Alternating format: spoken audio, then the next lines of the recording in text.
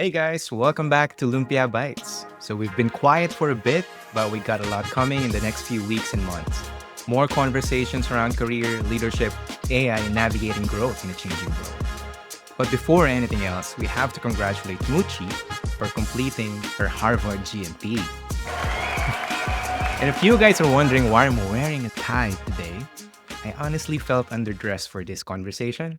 I figured if Moochie came back from Harvard, I needed to level up and try to look professional as I can. But today, we're asking a simple question. What do executives learn at Harvard GMP that you can't just get from ChatGPT, YouTube, or AI? We're going to talk about what surprised Mooch the most from the experience and how it changed the way she thinks about career growth beyond technical skills. So let's get into it. Hi guys, welcome to Lumpia Bytes. So, Mooch, before we get into your experience, I think a lot of our audience are probably hearing about Harvard GMP for the first time, right? Can you break it down for us? What is Harvard GMP? So GMP basically stands for the General Management Program. It's an executive program in Harvard Business School designed for more experienced senior executives and business leaders who are already doing the work and are either formalizing their education, sharpening their knowledge, or is preparing for a bigger role. So it's not a master's degree.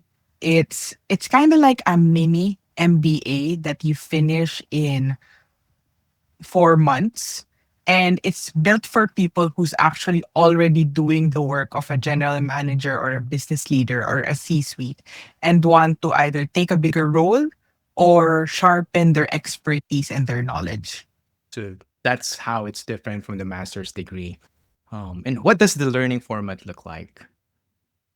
The learning format for this one looks like it's hybrid. There are courses online. So we have online modules, live online classes. This means that there is a professor on the other side and we watch it through video from across the world. And there's also a live component. So we got to spend more than a month in the Harvard campus. It was pretty much from 9 a.m. to 5 p.m. And it was Monday to Saturday for 4 weeks. So there's a lot of reading. I think we would have read maybe close to 150 or 160 case studies, if not more. Wow, wow. There's a lot of reading. There is a lot of reading, and you will be pressured.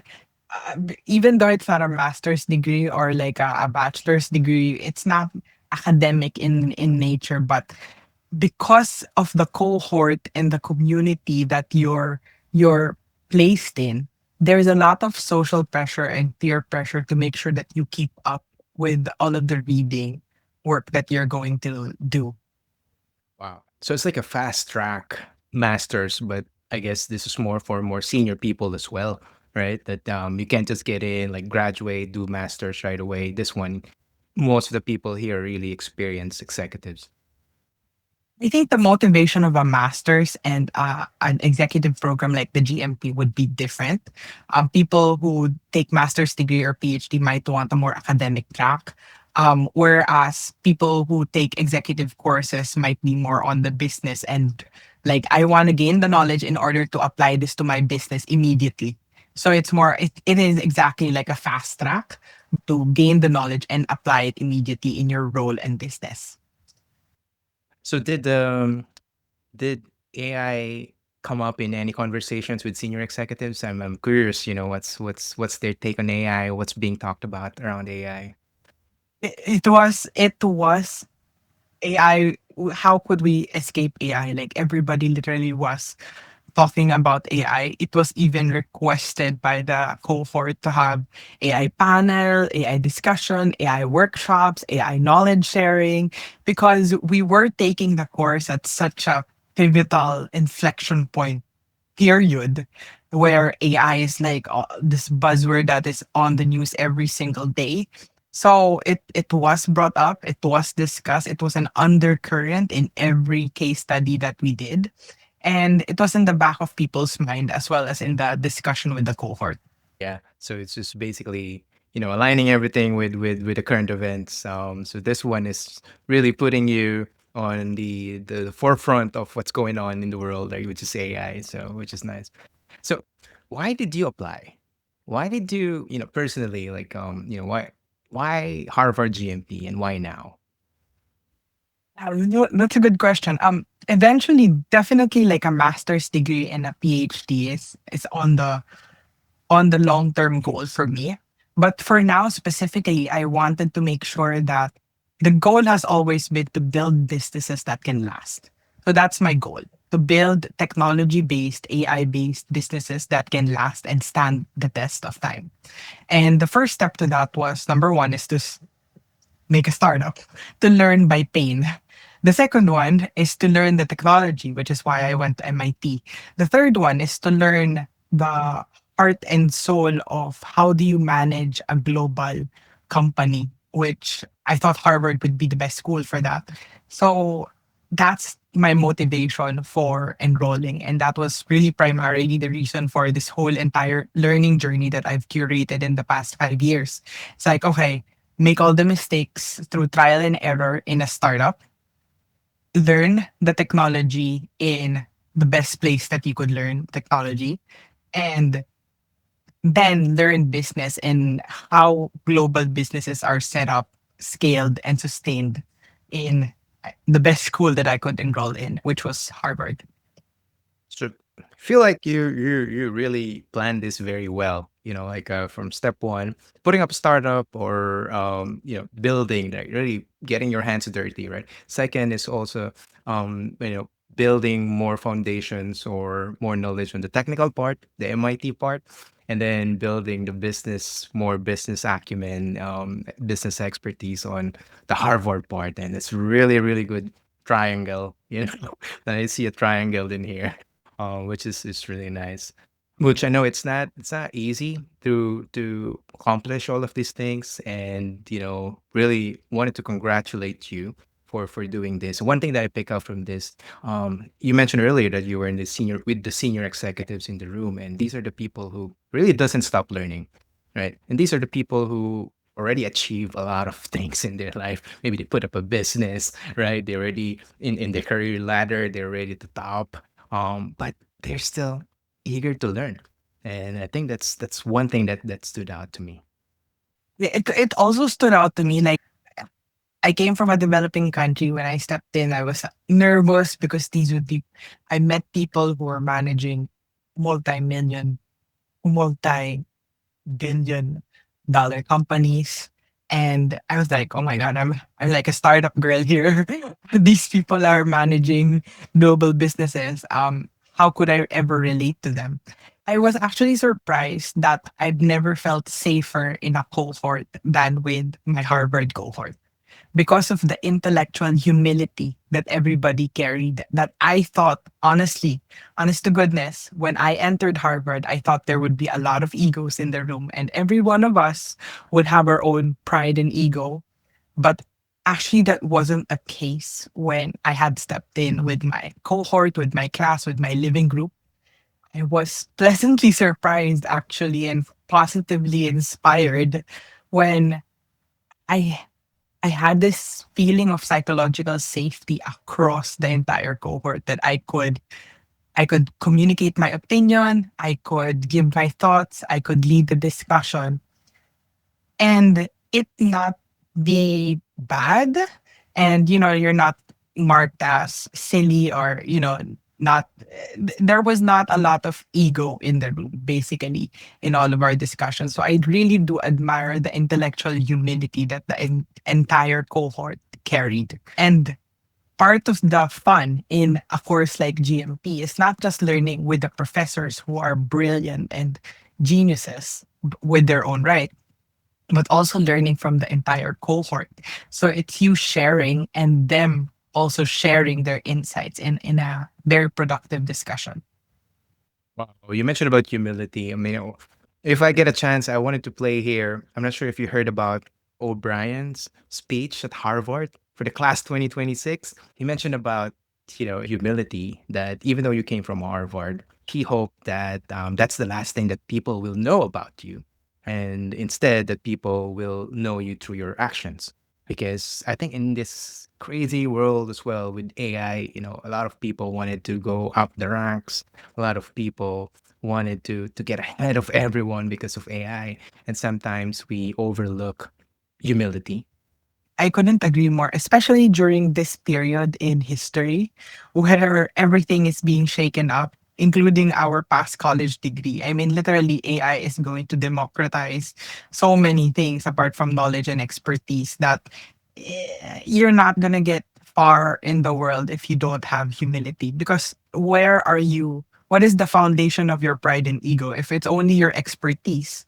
Well, hello, Claude and Gemini and ChatGPT are suddenly really intellectual experts. So there's really not a lot of ego you could use in this new era that we're entering in. So intellectual humility is like uh, a foundation, if not a cornerstone of soft skills that we need in this new age. Yeah, I agree. And I think you also mentioned there that if you just don't look at credentials, right? I know people came from Harvard. There's a big credential. It's a prestige school, right?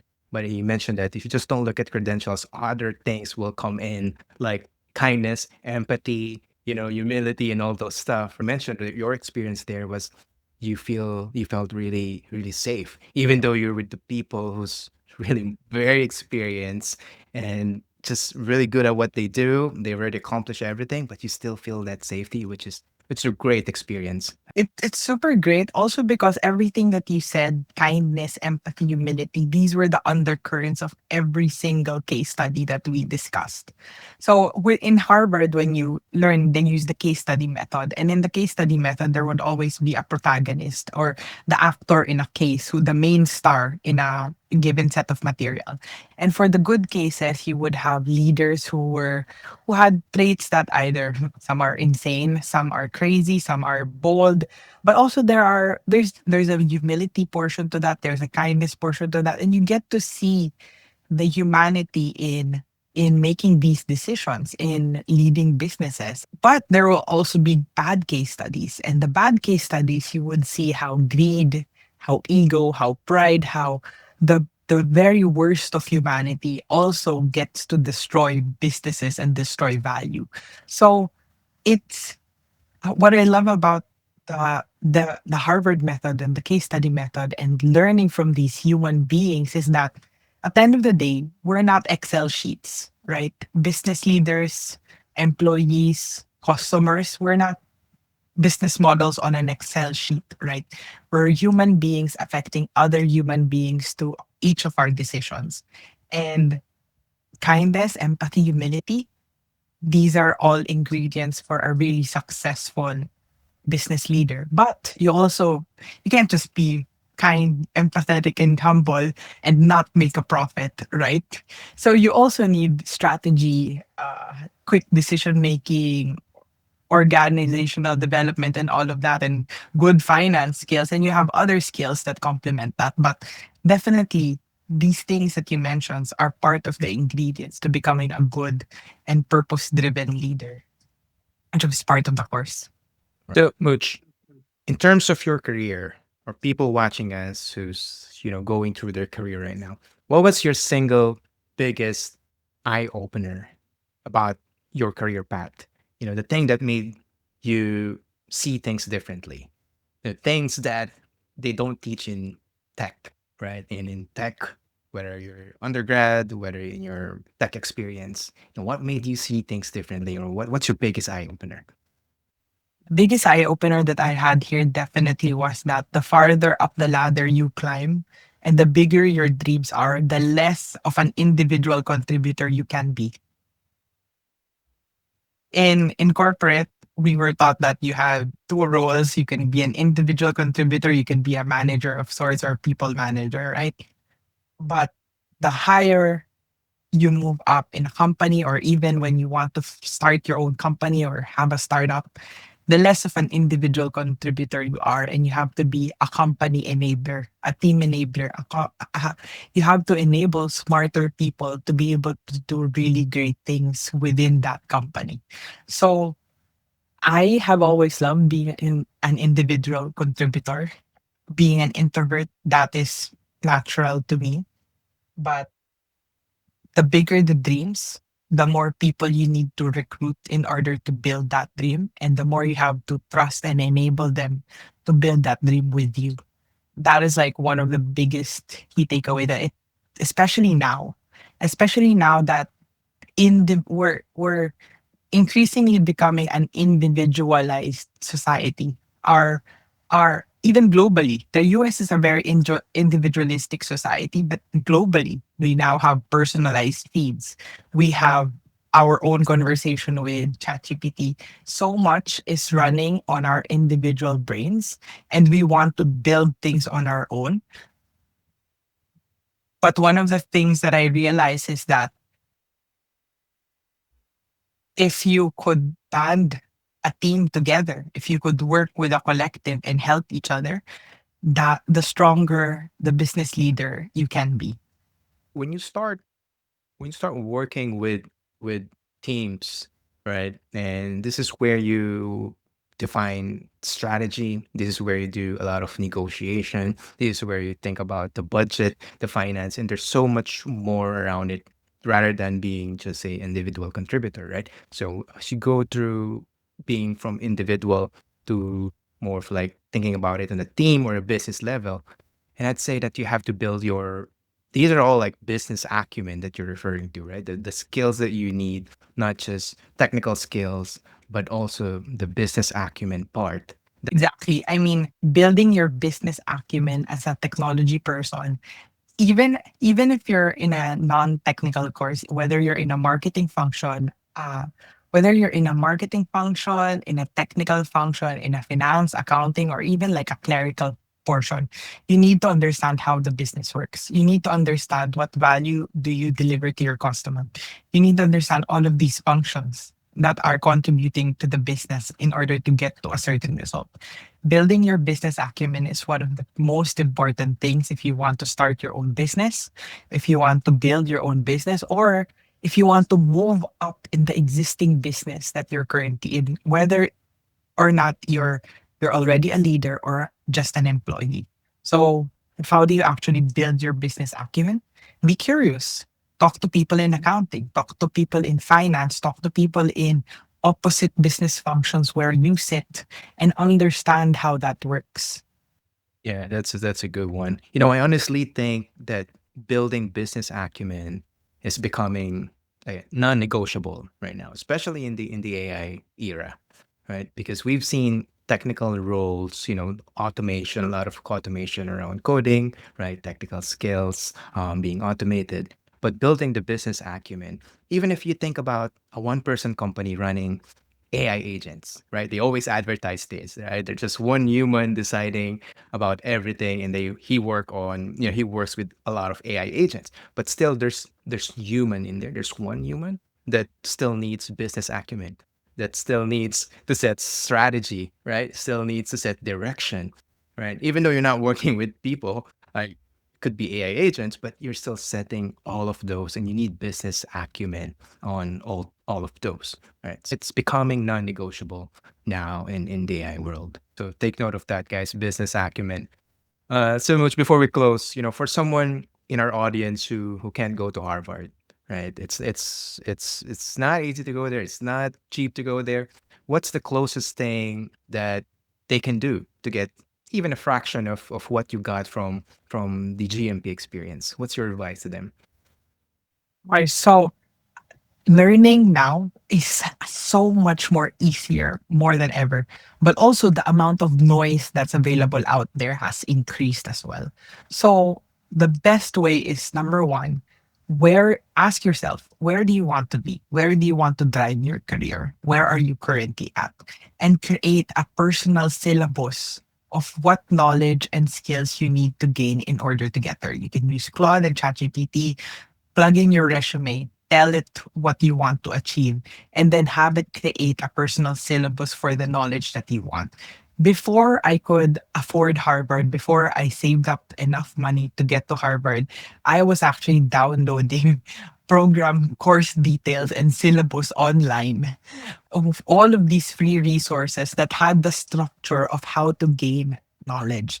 And what I did during the manual era was that I downloaded all of these program details that had like all of the modules, the functions, the names of the professors that were teaching it. And I individually tried to learn it through books that I had acquired, through free resources online. Now more than ever, that is so much easier, and you could even personalize it. And the best way that you could do that is to customize your own personal syllabus through the use of Claude or ChatGPT or Gemini. But you have to have a clear purpose, of a clear vision of where you want to potentially lead your career, and try to figure out your career purpose and your career capital in order to be able to get that personalized syllabus, because the amount of noise, courses, and options out there is so much, meaning there's so many options now. It's so easy to take courses and become distracted. It's so easy to take courses and get drowned in the noise of knowledge that's easily available. How do you become competitive? How does that become a competitive advantage for you? Be strategic about which courses and what type of learning you participate in.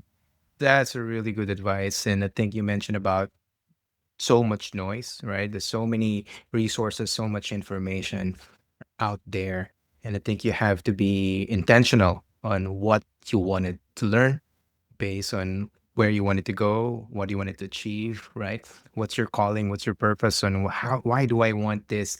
And be intentional and tailor your, the things that you wanted to learn around that one, right? So you can create your own syllabus of what you wanted to learn and outline it. And I think you made a very resourceful approach in there. Download all the things that you wanted to read, right? There's so much information already out there available. That's really good advice. Just to add, and actually do it. So there's a difference between buying a book and reading a book. There's this whole thing on TikTok and social media now that they are collecting books that they're not reading.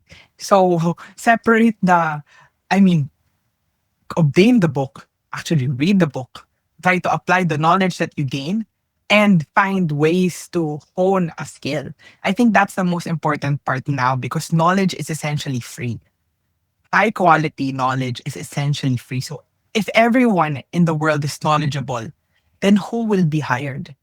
You need people with actual skills. So you need to find volunteer opportunities or any form, whether paid or not paid. You need to find opportunities where you could practice a skill and build a portfolio and build your career capital. Because career capital is not knowledge capital. It's not solely expertise capital. It's a combination of skills, wisdom, and experience. And it's so, just to make sure that we're not just accumulating knowledge that will expire in our brains, but we're looking for ways where we could apply that knowledge and actually build a skill that is marketable in this new economy. So I think one of the biggest takeaways from this conversation is that career growth eventually becomes bigger than just technical skills and your day-to-day responsibilities at work. And it actually leads perfectly into our next episode, Mooch, building your own business versus staying in corporate in the age of AI. So if you enjoyed this episode, subscribe, leave a comment, and let us know your thoughts on career growth and growing beyond tech. We'll see you guys in the next episode.